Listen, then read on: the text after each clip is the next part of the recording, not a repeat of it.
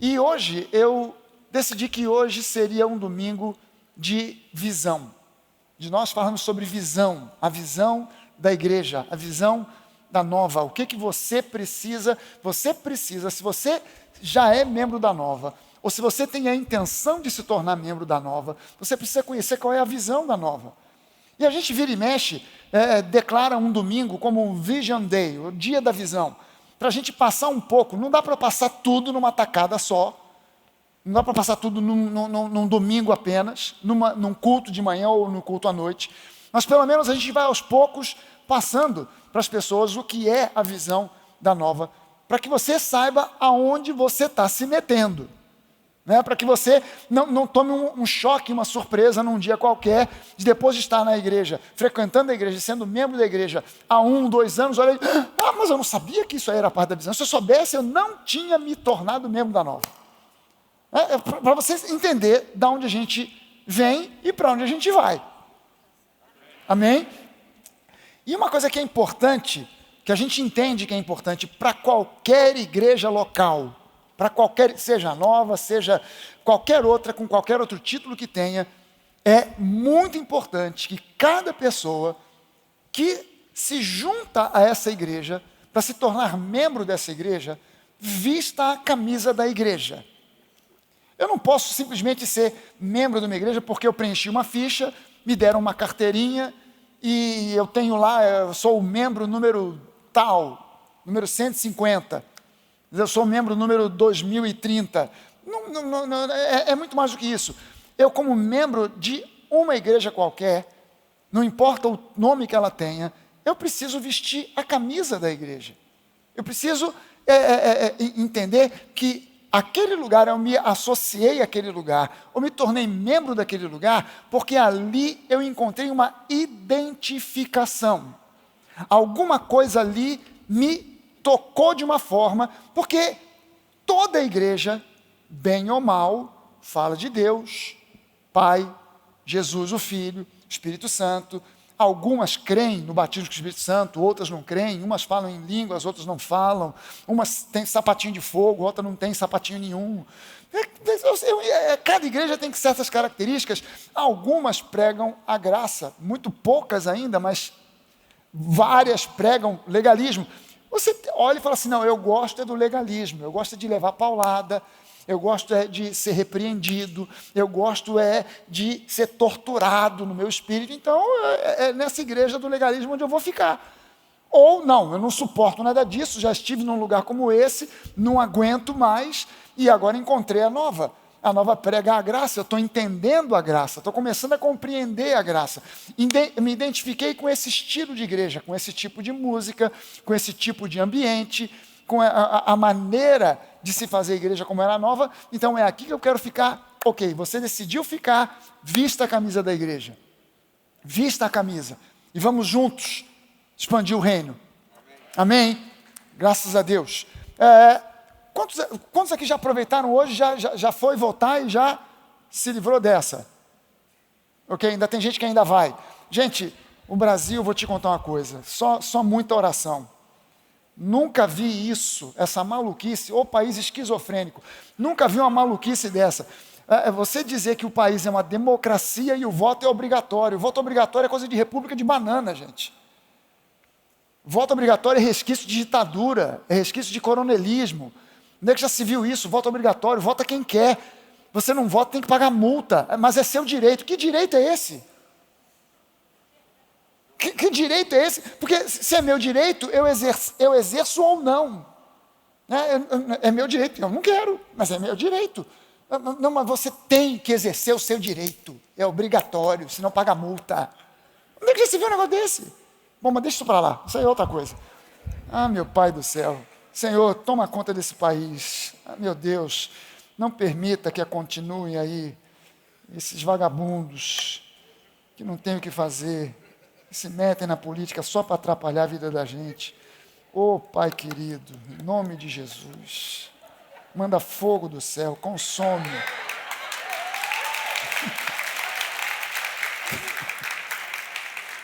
Ai.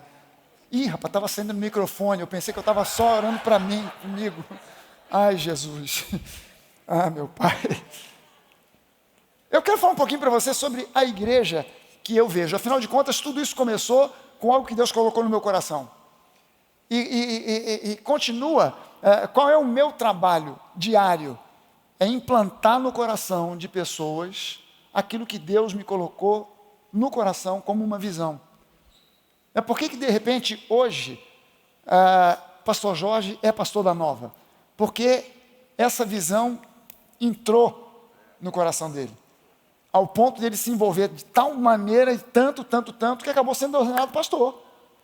E os outros pastores, e as pessoas que servem na Nova, por que elas são membros da Nova? Por que elas estão envolvidas? Por que elas chegam a se tornar pastor ou líder de alguma coisa? É porque essa visão, que começou no coração de uma pessoa, foi sendo implantada, passada e entranhada no coração de outras pessoas. Então, eu quero que você conheça exatamente o que é a visão que Deus tem dado a nós. E visão não é algo que você recebe e guarda num cofre. É algo que você recebe para passar para as pessoas, para que elas entendam o que Deus está querendo realizar na face da terra, naquele determinado tempo em que essas pessoas, no caso você e eu, estamos vivendo sobre a face da terra. Porque Deus usa a nós para levar a mensagem do Evangelho. Amém?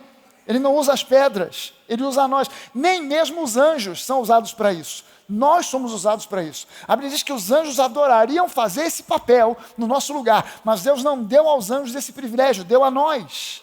Amém? Mateus capítulo 16, versículo 18, Jesus vira-se para Pedro, mas essa mensagem, eu vou explicar para você isso aqui que Jesus disse para Pedro. Ele disse para Pedro o seguinte: também eu te digo que tu és Pedro, e sobre esta pedra eu edificarei a minha igreja, e as portas do inferno não prevalecerão contra ela.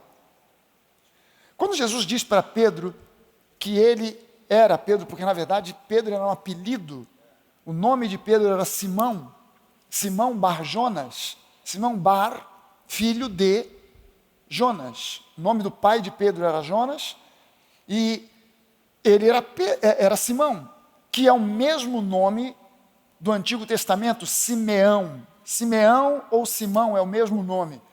Simão é puxado mais para o grego, e Simeão é puxado para o hebraico, mas é o mesmo nome, Simeão Bar Jonas, filho de Jonas. E Jesus botou um apelido em Pedro, Pedro. Jesus tinha essa coisa de botar apelido nas pessoas.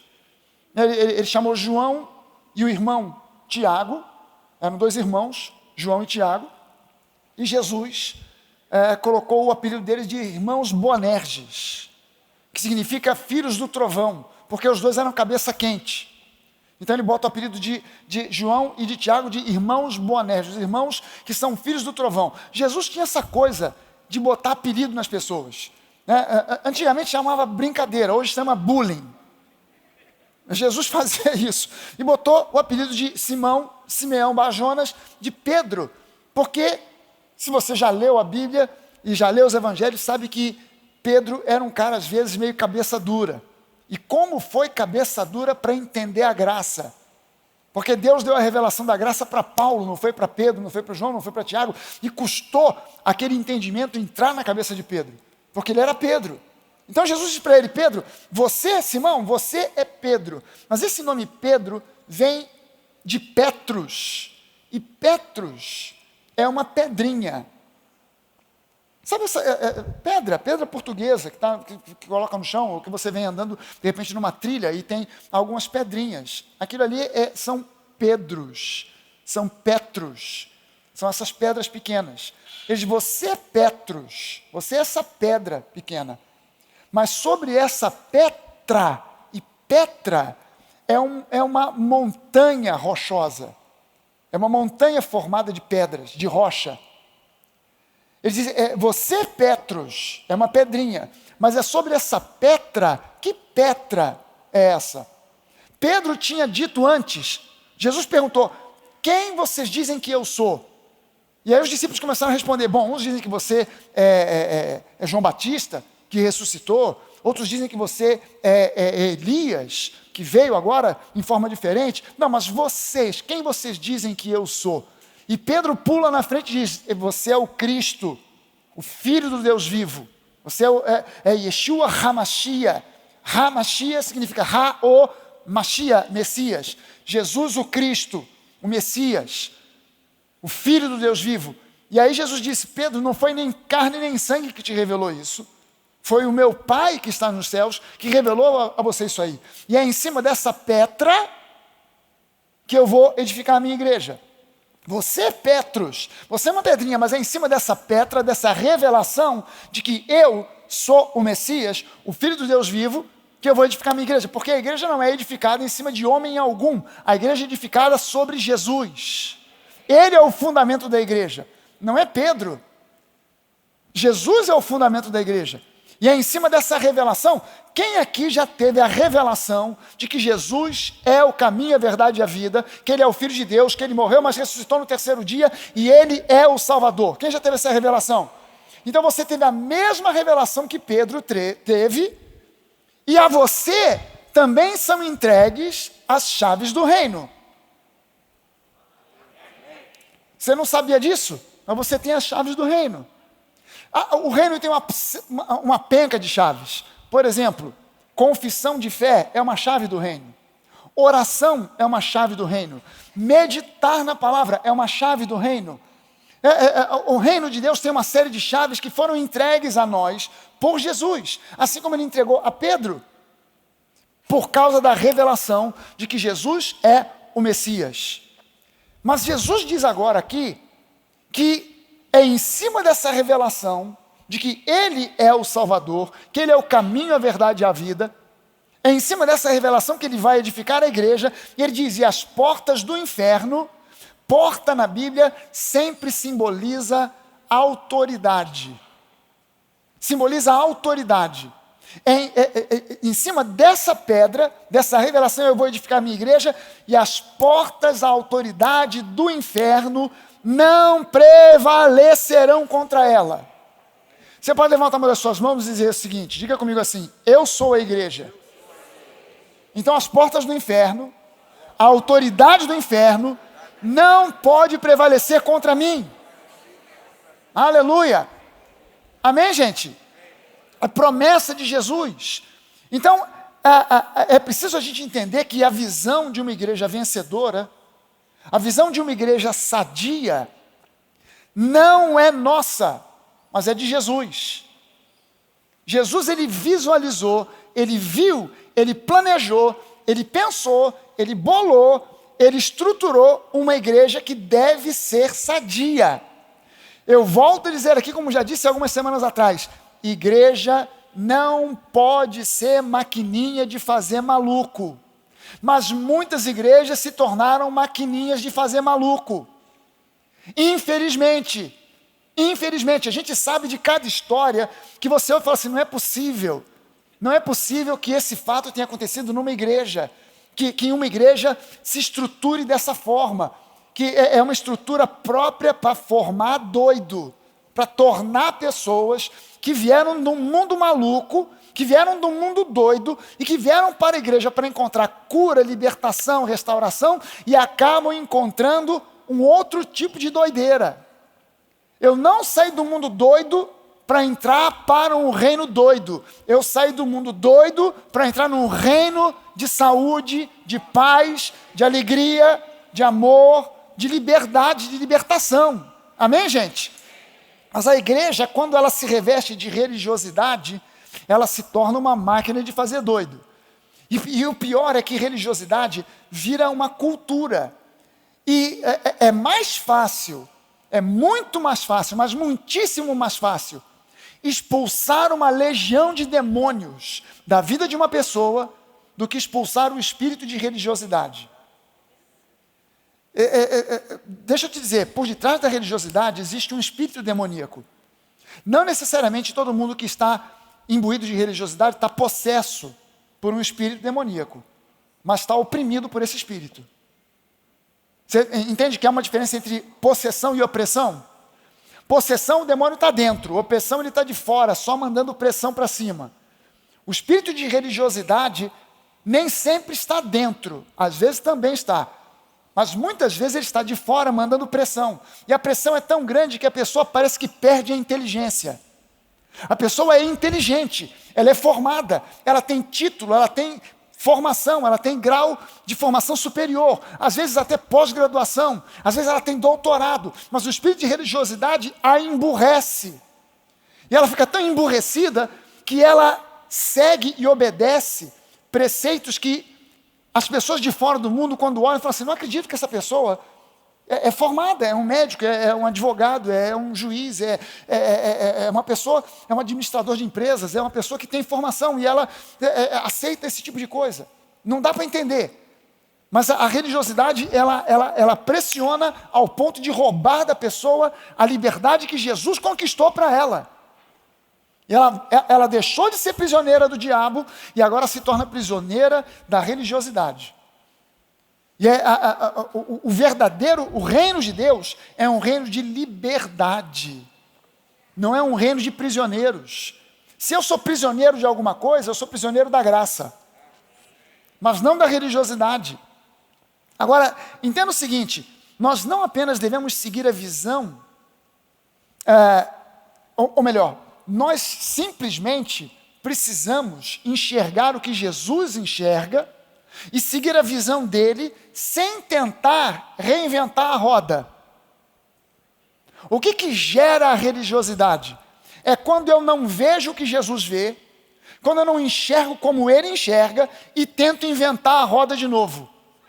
Aí eu começo a inventar um monte de coisas que viram tradições. E tradição na igreja é uma desgraça. O que é tradição? Quando eu falo de tradição, existem boas e más tradições. O que são as más tradições?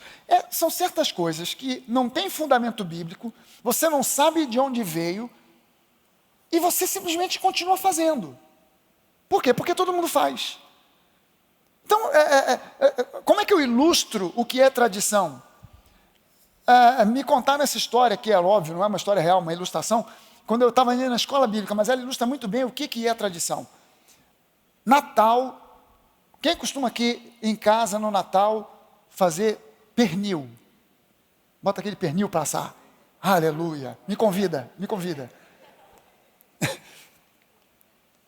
E aí a menininha, na ceia de Natal, foi para a mãe e perguntou: mãe, na casa das minhas amiguinhas, o pernil é servido inteiro.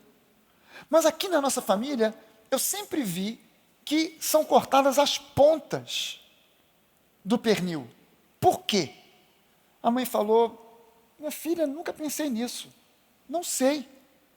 Na verdade, eu faço assim, porque a minha mãe, a sua avó, sempre fez, eu aprendi com ela e faço do mesmo jeito. Vai perguntar para a sua avó. Ela foi para a avó. Vó, na casa das minhas amigas, sempre o pernil é servido inteiro. Aqui na nossa família sempre se cortam as pontas. Por quê? E a avó: olha, minha neta, não sei. Eu faço assim porque a minha mãe, a sua bisavó, fazia assim. Sempre fez assim, eu aprendi com ela. Vai perguntar para a bisa. Ela foi para a bisavó. Bisa, por que na nossa família sempre o pernil no Natal é cortado nas pontas? Na casa das minhas amigas não é assim, é inteiro. Por que a gente corta nas pontas? Ela falou: ah, minha filha, é porque quando eu casei com seu bisavô, nós fomos morar numa casa muito pobre, nós éramos muito pobres, e o nosso fogão era muito pequeno, o forno era pequeno, então o pernil não cabia. Então a gente tinha que cortar as pontas para caber o pernil lá dentro. Só que hoje, as pessoas estavam morando com fogões enormes, caberia 2, 3 pernis lá dentro. Mas por causa da tradição, ninguém sabia mais por que fazia aquilo, mas continuava fazendo. Virou uma tradição. Eu, quando estava no Exército, antes de estar no Hospital Central do Exército, a gente tem que passar um tempo numa unidade militar. E aí, eu no quartel, eu via que tinha uma coisa chamada guarda à bandeira. E eram 2 soldados o dia inteiro tomando conta de uma bandeira. Eu falei: mas para que 2 soldados tomando conta da bandeira? Quem é que vai mexer na bandeira? Aí fui perguntar para o comandante: comandante, me explica aqui, por que tem guarda à bandeira? Ele falou: ah, meu filho, isso é o seguinte, na época do Caxias e antes, Quando os exércitos iam para a guerra, no campo ficavam acampados, né, um num lado, outro do outro, e uma das coisas que se tentava fazer era, durante a madrugada, alguém do exército aqui invadir o campo do inimigo para roubar a bandeira. E trazendo a bandeira, aquilo era uma chacota, aquilo era motivo de chacota, era uma vergonha para o exército adversário inimigo ter a sua bandeira roubada. Então o que se fazia? Botava um camarada ou dois tomando conta da bandeira. Eu falei assim, mas comandante, hoje em dia a bandeira está dentro do quartel. Quem é um maluco que vai pular o muro do quartel para roubar a bandeira? Esse cara tomar um tiro no meio da cara? Quem é o doido que vai fazer um negócio desse? Não, meu filho, mas é a tradição. A maioria das pessoas nem sabia. Eu fui o primeiro, talvez, a ter a curiosidade de perguntar de onde vinha aquilo ali, porque hoje em dia não tinha sentido manter dois caras tomando conta de uma bandeira que ninguém ia pegar. Mas a tradição vai e continua. E na igreja isso acontece a 3x2. E acontecem coisas que, se fossem só a manutenção de certas tradições, já estava de bom tamanho, mas vai muito além. Coisas que acabam ferindo, machucando, maltratando a pessoa. E a igreja se torna uma verdadeira prisão. Uma verdadeira prisão. Quantos aqui entendem que igreja não pode ser prisão? Amém. Mas tem igreja que diz quase que o seguinte, ó, você entrou agora mesmo, não pode sair. Se sair, a maldição vai te pegar de volta. Então você botou uma bola de ferro no pé da pessoa, a pessoa não pode sair. Tem gente que sai daqui, da Nova, e vai congregar em uma outra igreja. Aí se arrepende. Aí fala assim, caramba, agora que eu estou entendendo que realmente o lugar que eu tinha que ficar era na Nova, vou voltar. Aí, aonde eles estão, pode não. Se voltar, vai dar ruim para você. Maldição vai te pegar. Capeta vai fazer da sua vida gato e sapato. E a pessoa, coitada, acredita. E fica. Não gosto, estou sofrendo, aqui é legalismo puro, não estou aguentando essa igreja, mas eu tenho que ficar. Gente, isso é uma coisa do inferno, do diabo. E a pessoa engole essa isca. Eu quero falar para você de alguns pontos aqui, que eu entendo que são pontos que definem, não são todos, mas são alguns pontos que definem o que é uma igreja sadia. Alguns pontos que demonstram que uma igreja é uma igreja que tem saúde espiritual. Primeiro deles, número 1, a igreja que eu vejo, e a igreja que eu entendo que é uma igreja sadia, é uma igreja cheia do Espírito Santo. Vou repetir, porque só uns 4 ou 5 que disseram amém. Vou repetir para você. A igreja que eu vejo, a igreja que eu entendo, que é a igreja do Senhor Jesus na terra, que é espelho daquilo que Jesus visualizou lá na cruz do Calvário, essa igreja que ele falou para Pedro, que as portas do inferno não prevaleceriam contra ela, é uma igreja cheia do Espírito Santo. Atos capítulo 2, no versículo 47, diz que a igreja primitiva, os membros recém-convertidos dessa igreja, diz que eles viviam um estilo de vida onde eles estavam louvando a Deus constantemente, diariamente, contando com a simpatia de todo o povo. E enquanto isso, acrescentava-lhes o Senhor, dia a dia, os que iam sendo salvos. Ou seja, o crescimento da igreja primitiva não era fruto de uma estratégia bolada pelos apóstolos, mas era o fruto da obediência em seguir a direção do Espírito Santo. Era só isso. O Pedro não se reuniu com João, Tiago e a turma, vamos bolar uma estratégia para crescer. Não, eles não bolaram estratégia nenhuma. Eles simplesmente ouviam a voz do Espírito Santo e seguiam. Por quê? Porque Jesus havia prometido a eles, eu vou enviar um outro Consolador, eu vou enviar o Paracletos, eu vou enviar o Espírito, e ele dirá para vocês as mesmas coisas que eu estaria dizendo. Ouvir a voz dele é como se vocês estivessem ouvindo a minha voz, dando direção para vocês. Então o que os discípulos faziam? Vamos ouvir o que o Espírito Santo tem para falar. Vamos gastar tempo orando, procurando ouvir. Não só orar para falar, mas tirar um tempo para ficar quieto e ouvir, percebendo no seu interior, no seu espírito, a direção que o Espírito Santo tem para a sua igreja. Eles tomaram essa atitude, essa decisão. Então, o crescimento daquela igreja não era o fruto de uma estratégia bolada pelos apóstolos, mas era fruto da obediência em seguir a direção do Espírito Santo. E é exatamente isso o que a gente quer fazer na Nova.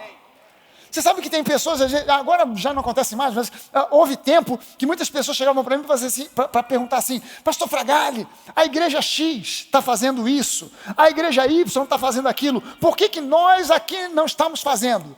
E a minha resposta era simples: porque Deus não falou para fazer. No dia que Ele falar, a gente faz.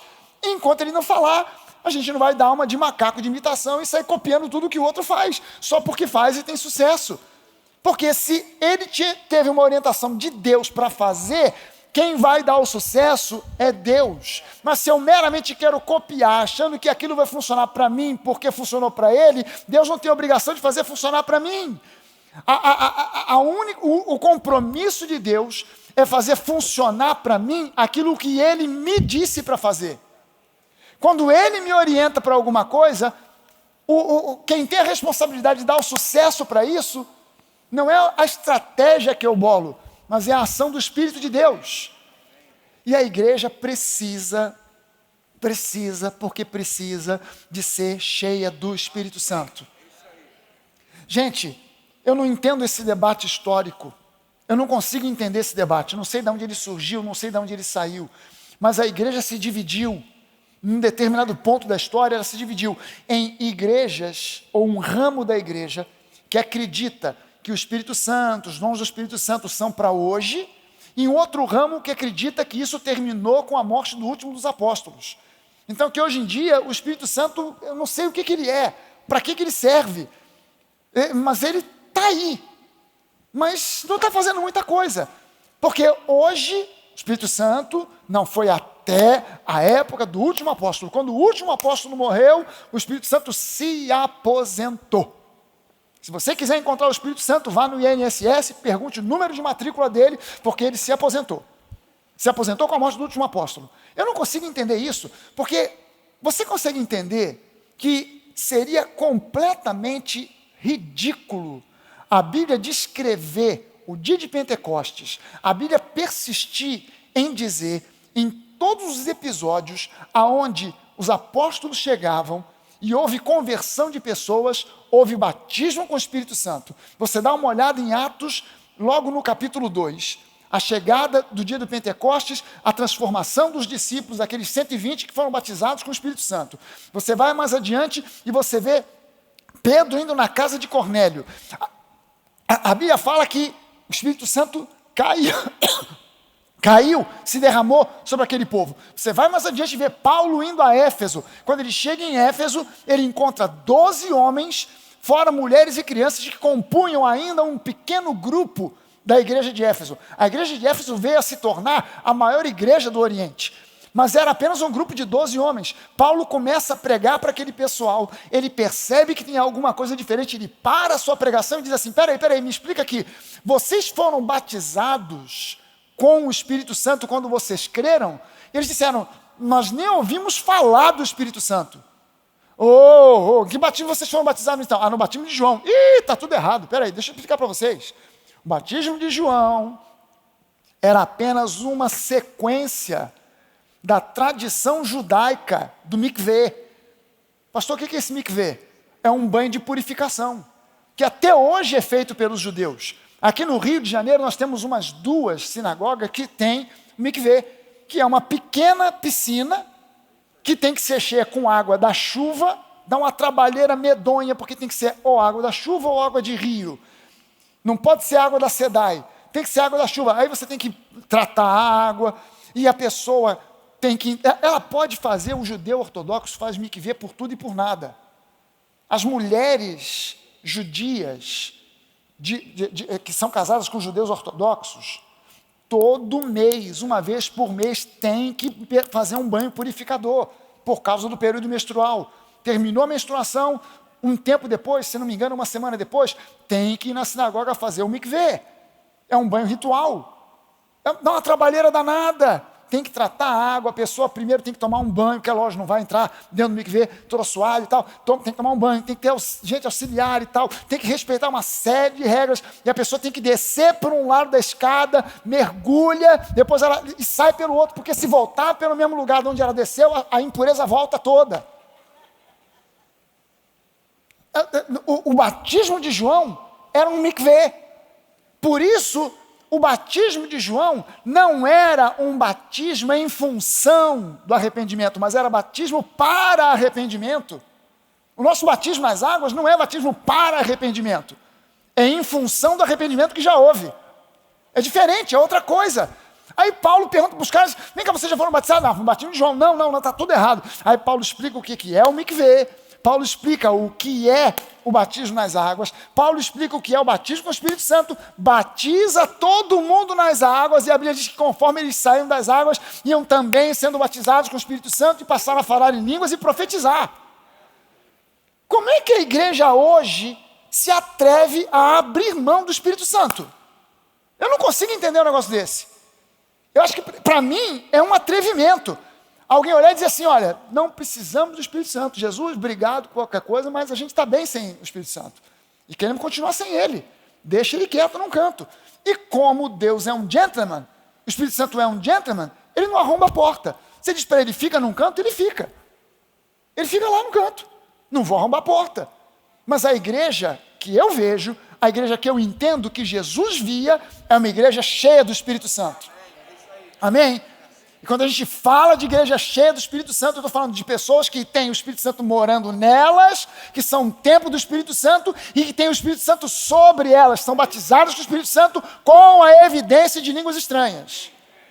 Pastor, eu acho que eu sou batizado. Se você acha, não é. Porque quem é sabe, não acha. Aí eu acho. Você não olha no espelho, você diz assim, você olha para a cor da sua pele no espelho. Eu não olho para o espelho e digo assim, eu acho que eu sou branco. Não, mas eu tenho que ter um jeitão meio de negão. Não, eu não acho, eu sei que eu sou branco. E quem é de cor negra, olha no espelho e não, eu acho que eu sou negro. A pessoa não acha, ela sabe. Eu não acho que sou batizado, eu sei que sou batizado com o Espírito Santo. Mas como é que eu sei? Porque no dia que eu fui batizado, eu falei em línguas e de lá para cá nunca mais parei. Porque o falar em línguas é a evidência de que houve o batismo com o Espírito Santo. Se você olhar na Bíblia, no livro de Atos, em todos os episódios, todos, 100%, em que a Bíblia relata que houve o batismo com o Espírito Santo, em 100% deles, a manifestação comum foi as línguas estranhas. E por que é a evidência do batismo, as línguas estranhas? Porque é o dom mais simples, é o dom mais primário.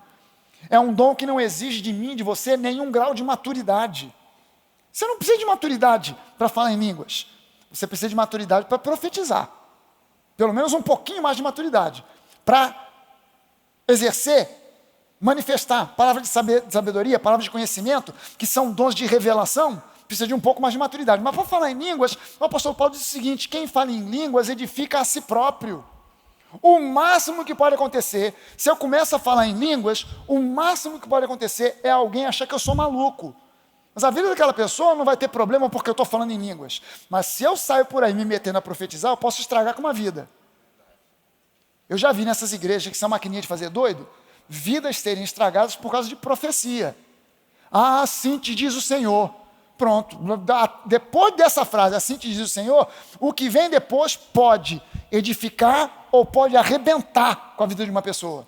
Então exige um pouquinho mais de maturidade. Exige um pouco mais de maturidade, mas falar em línguas não. Por isso, línguas é o sinal de que houve o batismo com o Espírito Santo. Pastor, mas eu já tentei e não consigo. Para de tentar, não é para tentar, é para falar. Não é para tentar, é para abrir a boca e falar. Se eu dissesse para você assim, você fala português? Quem aqui fala português? Fala português? Rosana, você fala português? Por favor, fale uma frase em português. Você tentou falar ou falou? Falou, não precisou tentar. Por favor, pastora Neiva, por favor, fale uma palavra, uma frase, uma palavra em português.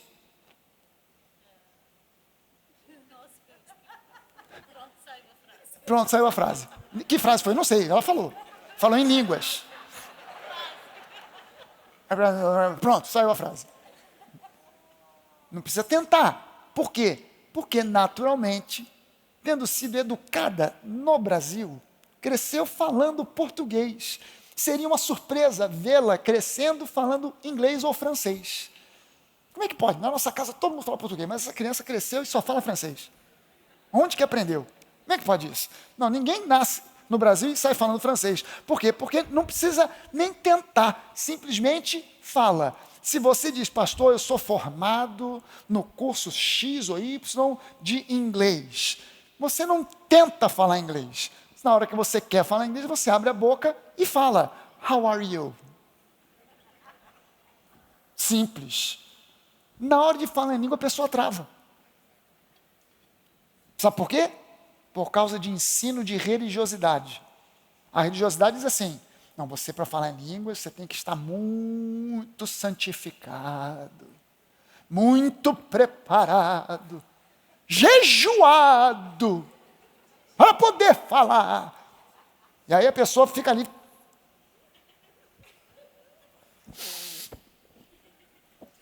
Vontade de dar um soco na barriga para ver se sai. Você tem que abrir a boca e falar, só isso. É simples como água cristalina. Mas a religiosidade estraga isso e bota uma aura de religiosidade. Aí a pessoa para falar, ela tem... Aí ela não consegue falar, claro. Foi implantado na mente dela uma série de barreiras.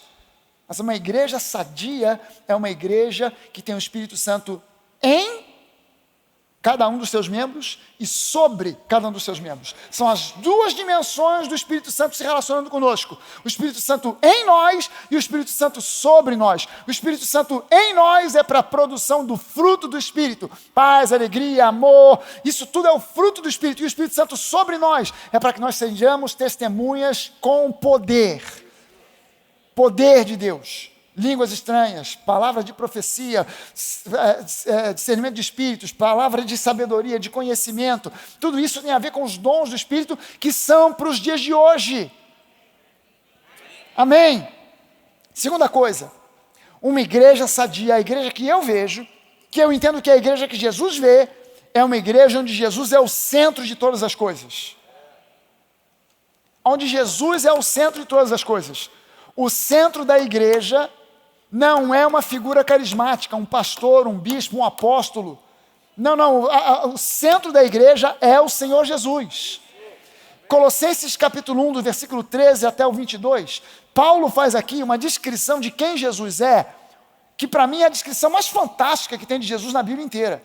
Ele diz assim, ele, falando agora sobre Deus Pai, nos libertou do império, ou seja, do poder das trevas, e nos transportou para o reino do seu Filho amado, que é Jesus, em quem nós temos a redenção, em quem nós temos a remissão dos pecados, e Ele, Jesus, é a imagem do Deus invisível. O Deus que não se vê é visto em Jesus. Ele é o primogênito de toda a criação, pois nele foram criadas todas as coisas, nos céus, sobre a terra, as visíveis, as invisíveis, sejam tronos, sejam soberanias, quer principados, quer potestades, tudo foi criado por meio dele e para ele. Ele é antes de todas as coisas, e nele tudo subsiste, nele tudo é sustentado por causa dele. Ele é a cabeça do corpo que é a igreja. Ele é o princípio, o primogênito de entre os mortos, para ter a primazia em todas as coisas. Em todas as coisas, para ter a primazia é primeiro lugar, em todas as coisas, em todas as coisas. No nosso tempo, Jesus é para ter a primazia. Nas nossas finanças, a primazia é dele. Jesus te salvou, te redimiu. A C&A não te salvou, a C&A não te redimiu, o Credicar não te salvou, o Amex não te redimiu, a Light não te redimiu, a companhia de gás não te salvou. Jesus tem a primazia em todas as coisas, ou deveria ter. Mas quando é que Jesus tem a primazia em todas as coisas, incluindo na nossa finança, nas nossas finanças? Quando a nossa visão é o reino, quando o reino se torna a nossa visão de mundo, nosso ideal de vida. Ele é para ter a primazia em todas as coisas. Quando é que eu me disponho a dar do meu tempo para servir na causa de Cristo? Quando eu tenho o reino de Deus como uma visão de mundo. Quando eu tenho o reino de Deus como ideal de vida. Ele é para ter a primazia em todas as coisas, porque Deus achou por bem que nele residisse toda a plenitude, e que então, havendo feito a paz pelo sangue da sua cruz, por meio dele, reconciliasse consigo mesmo todas as coisas, quer sobre a terra, quer nos céus. E vocês, que no passado eram estranhos e inimigos no entendimento pelas obras más que praticavam, agora, porém, ele os reconciliou no corpo da sua carne, mediante a sua morte, para apresentá-los diante dele, santos, inculpáveis e irrepreensíveis. Aleluia! Jesus fez o que fez e nos apresenta diante do Pai como santos, inculpáveis e irrepreensíveis. Caramba! É outra coisa que me deixa admirado, de boca aberta. Como é que tem igrejas onde se diz de cima do púlpito que nós somos pobres, miseráveis, pecadores, porém salvos pela graça, quando a Bíblia diz que nós somos salvos, santos, irrepreensíveis, sem culpa, inculpáveis, irrepreensíveis. Não sou eu que digo isso. Não é uma doutrina do pastor Fragale, não é algo que eu tentei inventar a roda novamente, eu estou só repetindo o que a Bíblia diz a nosso respeito.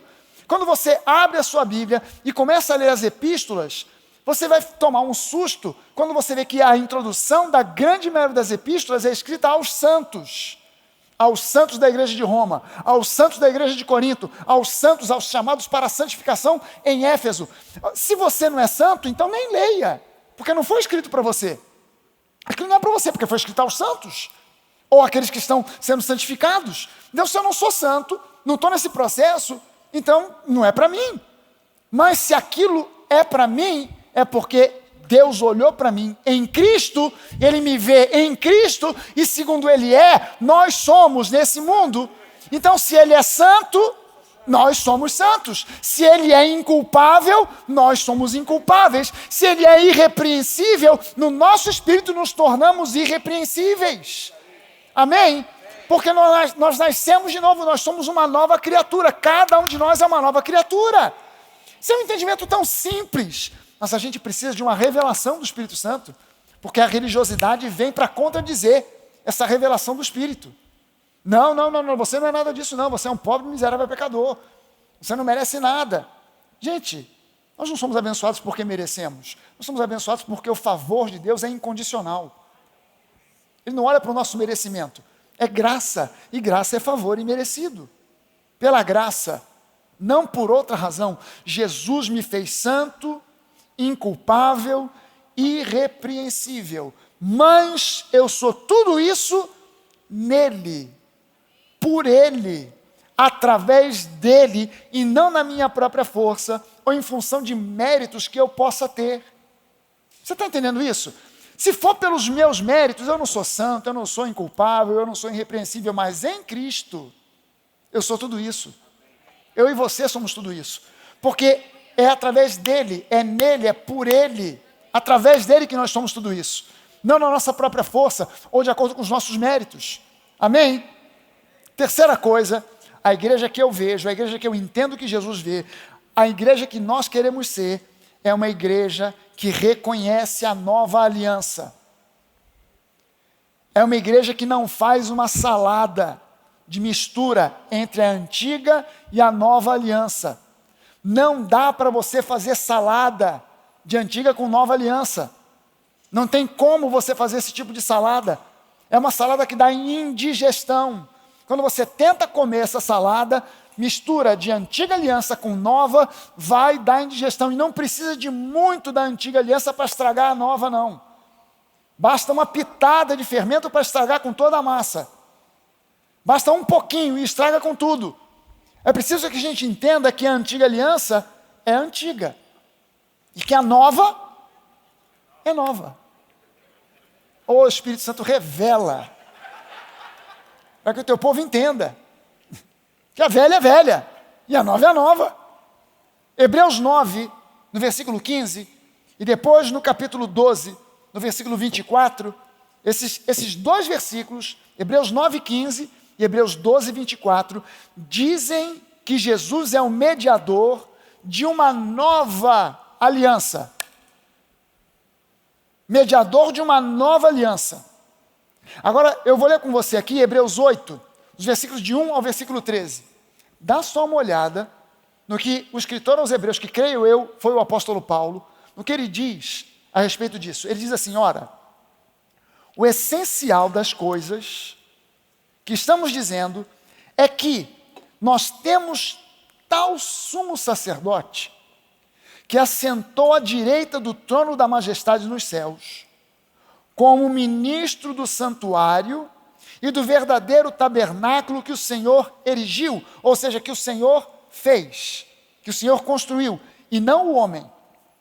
Não sumo sacerdote de um tabernáculo feito por mãos humanas, mas do tabernáculo que foi erigido, construído pelo próprio Deus nos céus.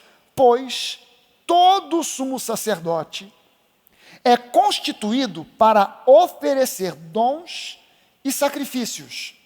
Por isso, era necessário que também esse sumo sacerdote tivesse o que oferecer.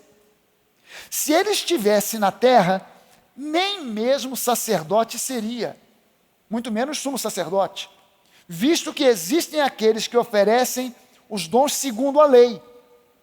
Segundo a lei, Jesus não podia ser sacerdote, muito menos sumo sacerdote, porque para ser sacerdote tinha que ter nascido na tribo de Levi. Para ser sumo sacerdote tinha que ser parente, filho, descendente de Arão, irmão de Moisés. Jesus nasceu na tribo de Judá, já de cara ele não tinha condições aqui de ser sumo sacerdote.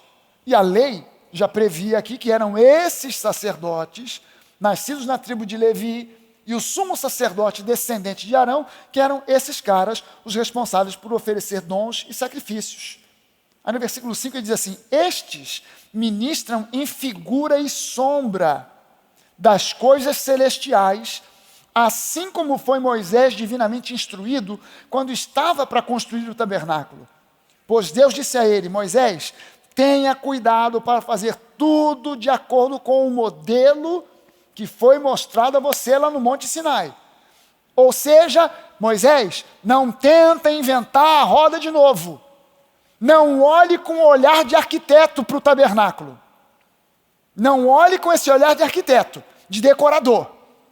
Ah, bonito, mas se a gente botar um querubim dourado aqui na entrada, vai dar um charme. Acho que Deus vai gostar. Olha, se a gente botar...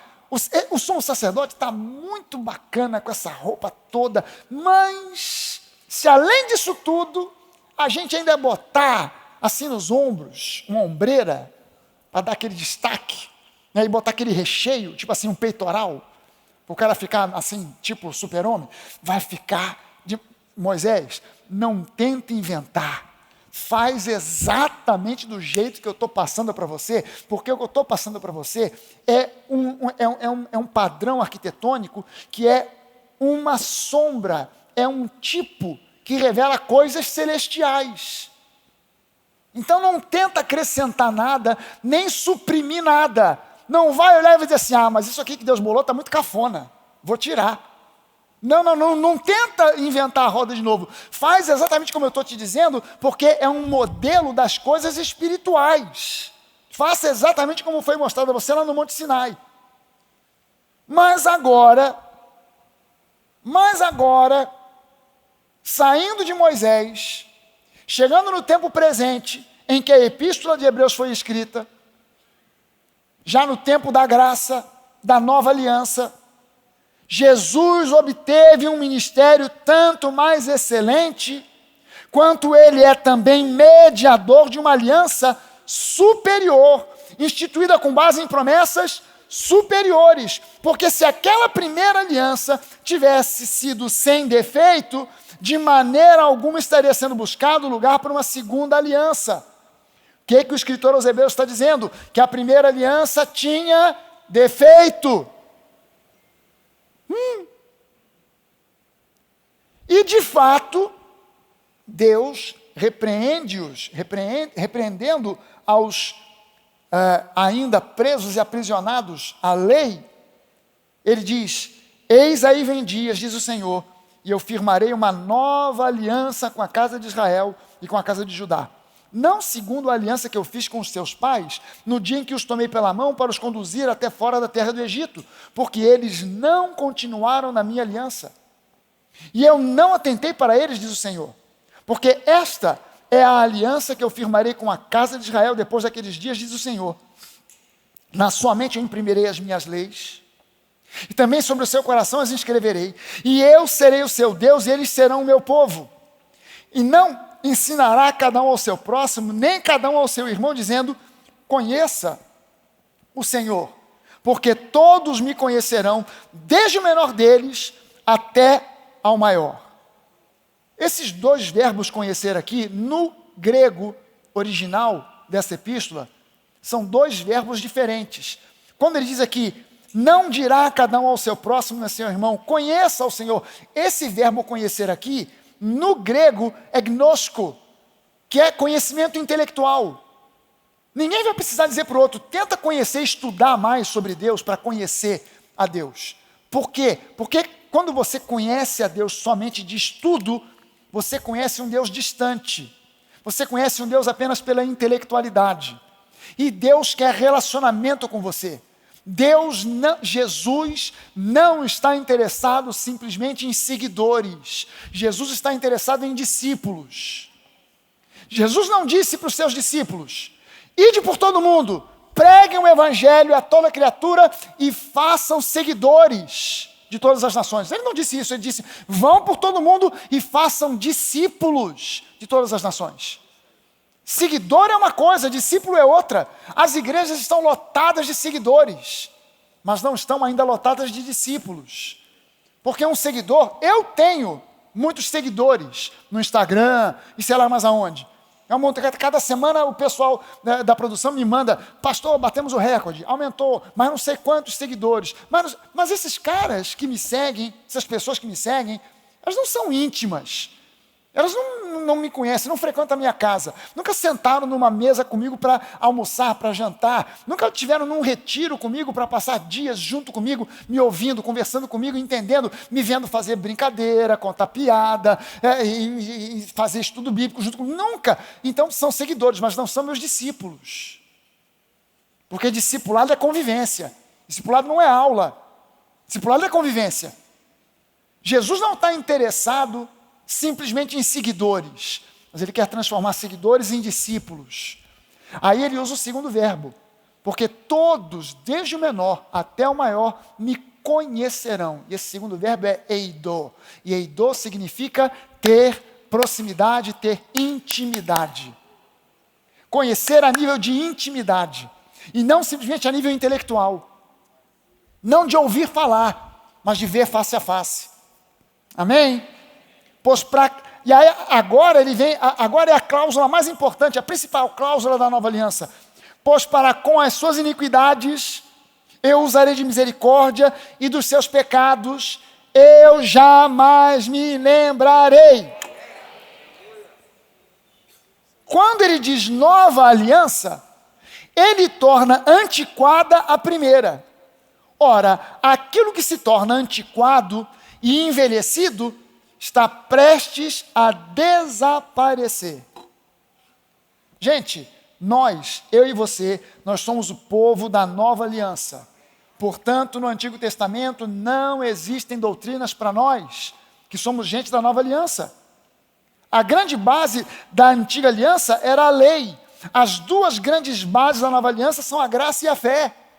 É algo completamente diferente. Paulo foi o grande teólogo do Novo Testamento. Todo mundo reconhece isso em qualquer seminário ao redor do planeta Terra. Qual é o maior teólogo da Bíblia? Todo mundo vai dizer para você, o apóstolo Paulo. Qual era a mensagem, qual era a pregação do apóstolo Paulo? Simples. Na sua terceira viagem missionária, Paulo fez 3 viagens missionárias. Na terceira viagem, ele saiu de uma cidade chamada Antioquia, fez um circuito, e na volta, ele não voltou para Antioquia, ele voltou para Jerusalém. Ele voltou para Jerusalém, o plano era voltar para Antioquia. Mas no meio da viagem, Jesus. Cara, pega esses capítulos finais, Atos capítulo 20 para frente, e leia. É uma aventura, é uma história fantástica que dá para fazer um filme maravilhoso. Nesse capítulo, você vai começar a entender que quando Paulo foi preso, a irmã de Paulo se converteu, ele tinha uma irmã que se converteu. E quem foi pedir ao governador para soltar Paulo foi o sobrinho dele. Foi lá interceder por Paulo. Paulo foi para Jerusalém porque Jesus aparece para Paulo nesses capítulos finais 2 vezes. A gente pensa que Paulo foi ao céu, recebeu a revelação e depois nunca mais viu Jesus. Não, ali Jesus apareceu para ele 2 vezes. E nas 2 vezes, em uma delas, ele aparece para Paulo e diz assim, Paulo, daqui tu vai para Jerusalém. Sabe por quê? Porque de lá você vai comparecer a Roma. É importante. Por isso que Paulo fez questão de ir para Roma. Ele sabia que ia chegar em Roma e ia ser preso. Ele já sabia disso. E em Jerusalém já deu uma confusão danada.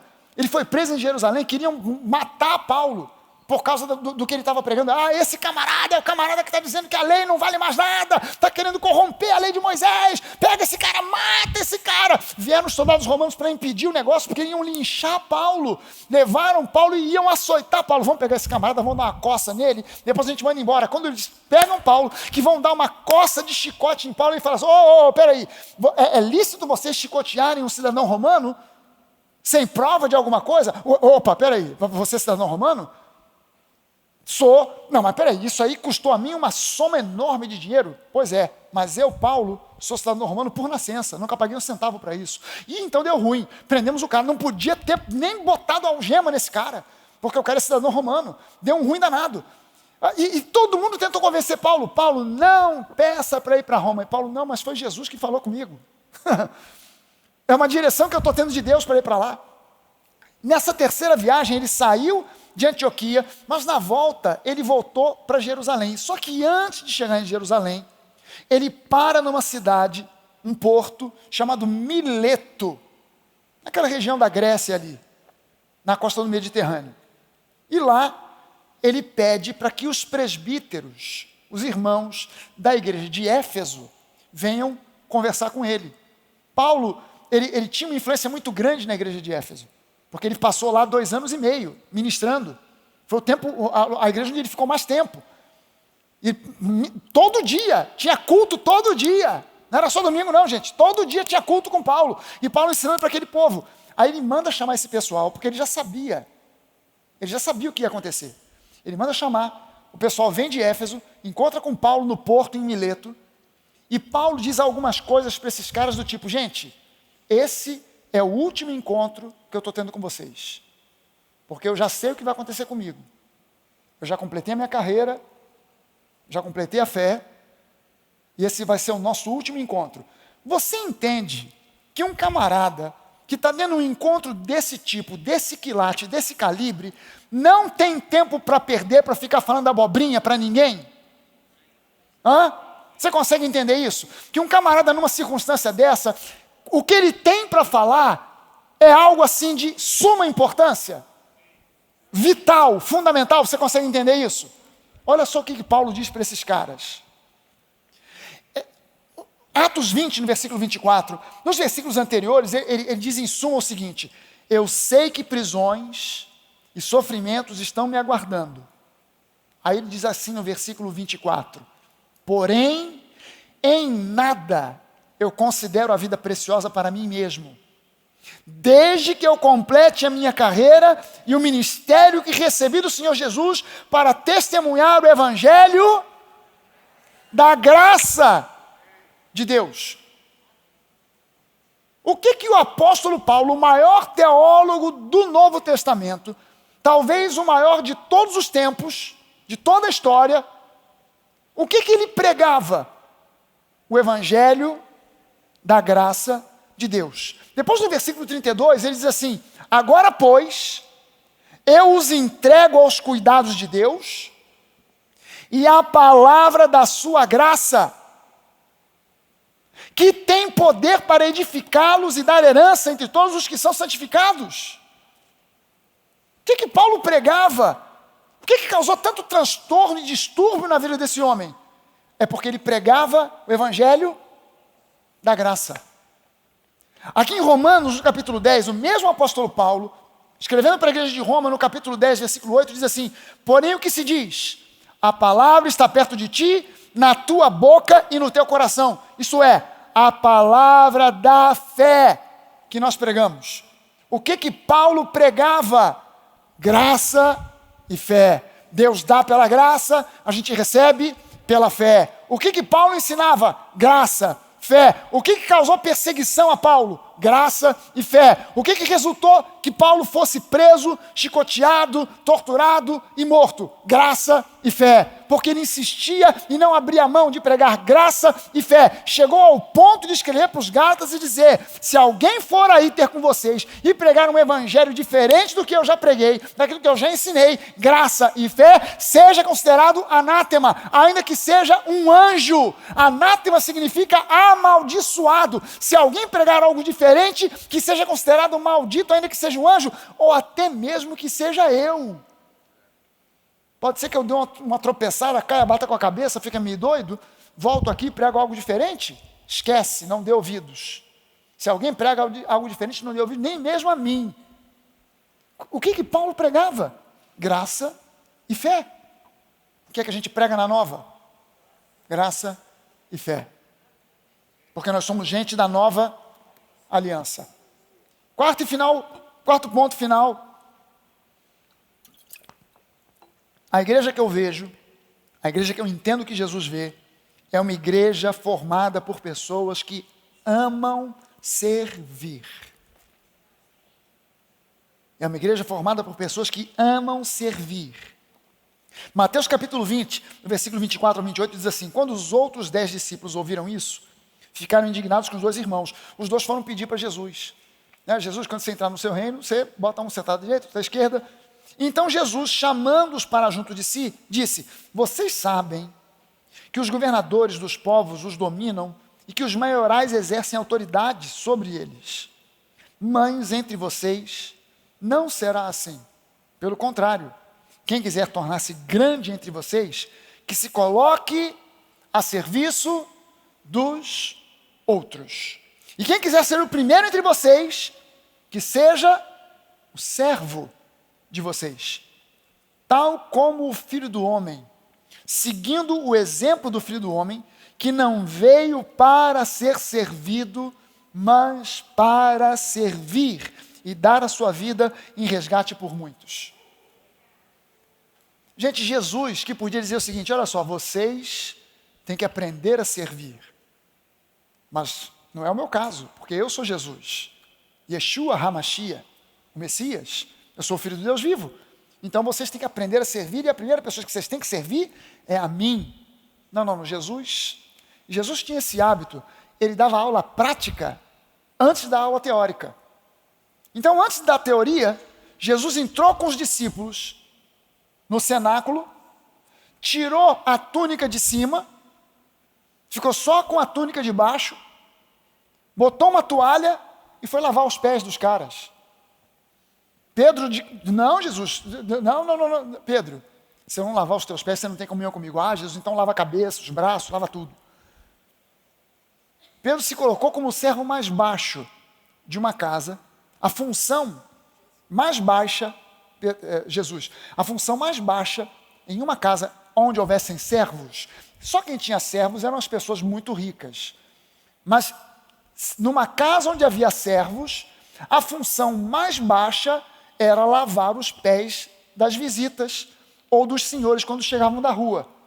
As ruas não eram asfaltadas, as ruas não eram calçadas, as ruas eram de terra, as pessoas não usavam sapato fechado, usavam sandálias abertas de tiras de couro. Quando chegavam em casa, o pé estava todo empoeirado. Chamava-se o empregado, o funcionário, o servo mais baixo, como a gente diz no meio militar, o mais moderno, quer dizer, o mais novo, Chegou, agora não vai sentar na janela. Entrou no ônibus, agora não vai sentar na janela. Vai lavar o pé da visita. Vai lavar os pés dos seus senhores quando eles chegarem. Vinha esse servo com a bacia e lavava os pés da pessoa. Fosse ela o dono da casa, fosse um visitante. Jesus se coloca como o servo mais baixo e lava os pés dos discípulos. E ele diz, eu deixei para vocês exemplo. Eu deixei para vocês exemplo. Tal como o Filho do Homem que não veio para ser servido, mas para servir. Lucas capítulo 12, versículo 36 ao 44 diz assim, sejam como os servos que esperam pelo seu Senhor, que vai voltar de uma festa de casamento. Logo que ele bate na porta, os servos vão abrir. Felizes são aqueles servos que o Senhor encontra acordados e preparados.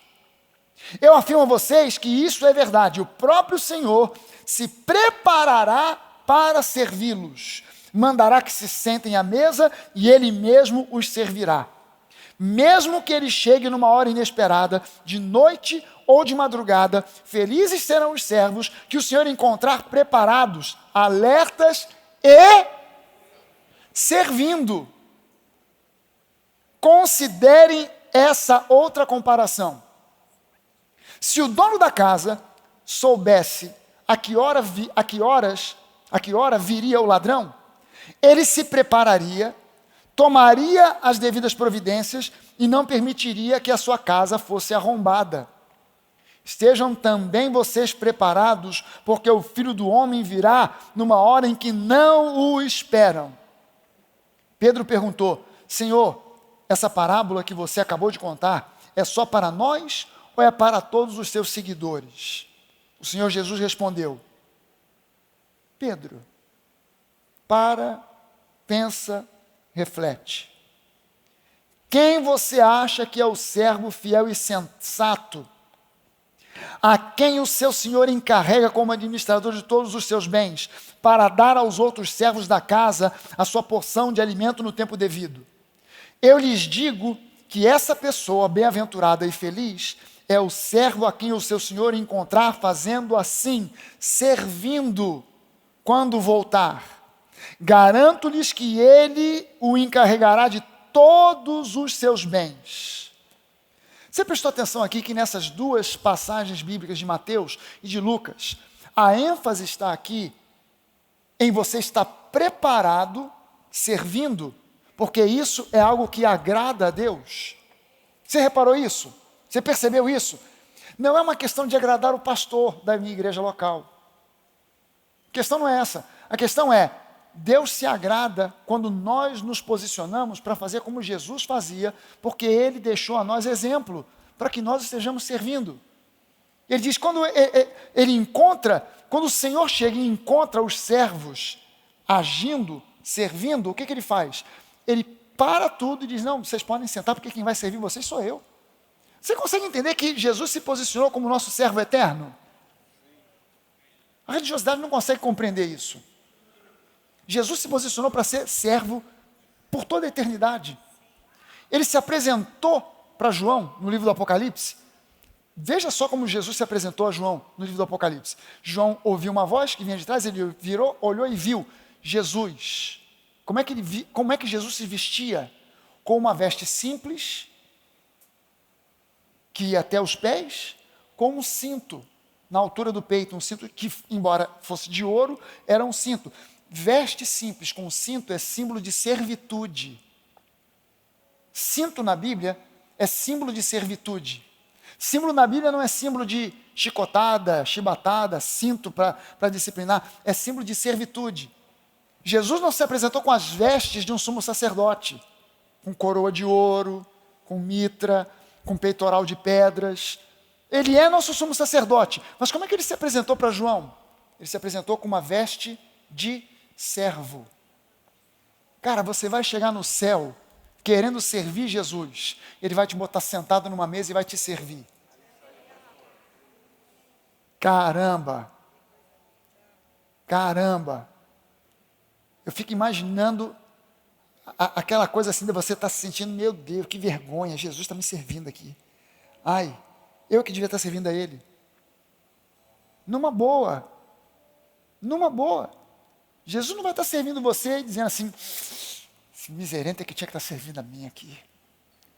Mas já que o Pai determinou, o que eu vou fazer? Vou servir. Não, ele vai fazer isso numa boa, porque o favor dele é algo imerecido.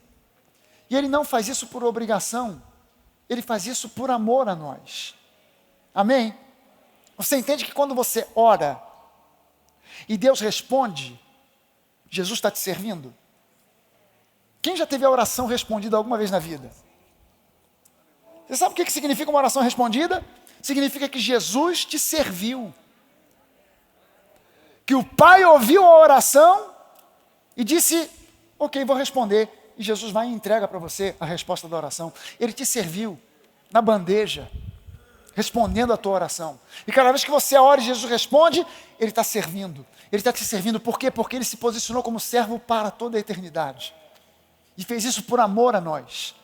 Da mesma forma que Ele fez, devemos fazer nós. Amém? Vamos ficar de pé, vamos orar?